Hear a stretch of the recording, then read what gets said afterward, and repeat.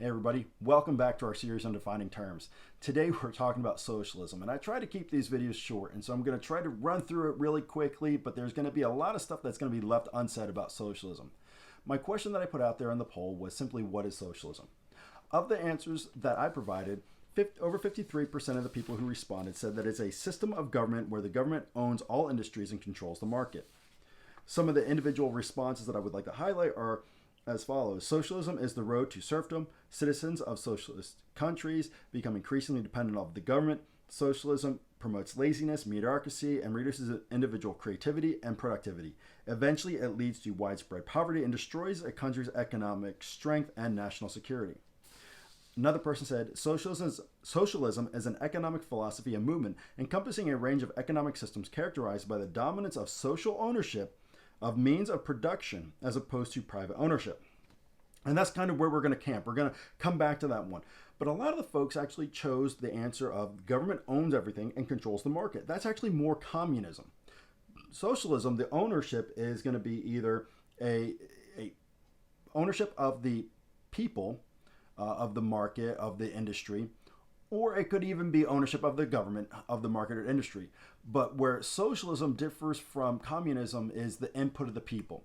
So whether it's the government that owns the industry and controls the industry, or whether it's the collective body of the people that own the industry and control the market, the people are going to have a say into how the goods and resources are used, and then how the produce is distributed. And so if the government or the people own the steel industry, the people will elect representatives to determine how things are done, how those resources are allocated, and how the produce of that market is going to be redistributed to the people. And so that's really the big difference there. And so another way to look at this is communism is this idea of from each according to his ability to each according to his need. And then socialism is from each according to his ability to each according to his contribution. And so there's a big difference. Also with socialism, there's still that ability to have private ownership of certain tangible property. I can own my shirt, I can own my shoes, I can own my house, where with communism, the government gives you your food, the government gives you your clothes, the government provides your transportation, the government provides housing for you, and it's all government owned. And so it's this step between what we have here in the United States as far as capitalism. It's a step between capitalism and communism to complete and total government control of all things, to this public ownership of all things, or government ownership of all things, where the people get to elect their leaders who decide how those resources are going to be used and how the produce is going to be redistributed.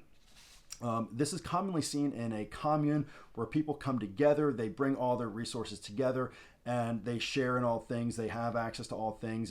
If you are really contributing to the society, you might have a little bit more than the next person who's just kind of showing up to dinner every day, right? And so that's the idea of socialism, is everybody owns everything collectively together. There's a group of people who govern the industry or the market that decide the direction of it.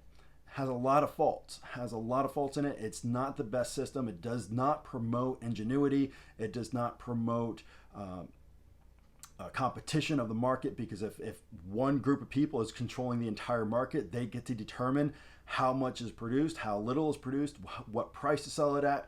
And so there's not this idea of free market competition where if you and I were both selling the same shirt, we're going to try and make our product better than each other's. I might make sure that I'm using the best available material to make my shirt more durable. You might try to sell yours at a lower cost. And so socialism is this idea of eliminating all competition in the marketplace by having a select group of people control the industry of the market, even though it might be collectively controlled or collectively owned or government owned. It's still the outcomes are still determined by a small group of people.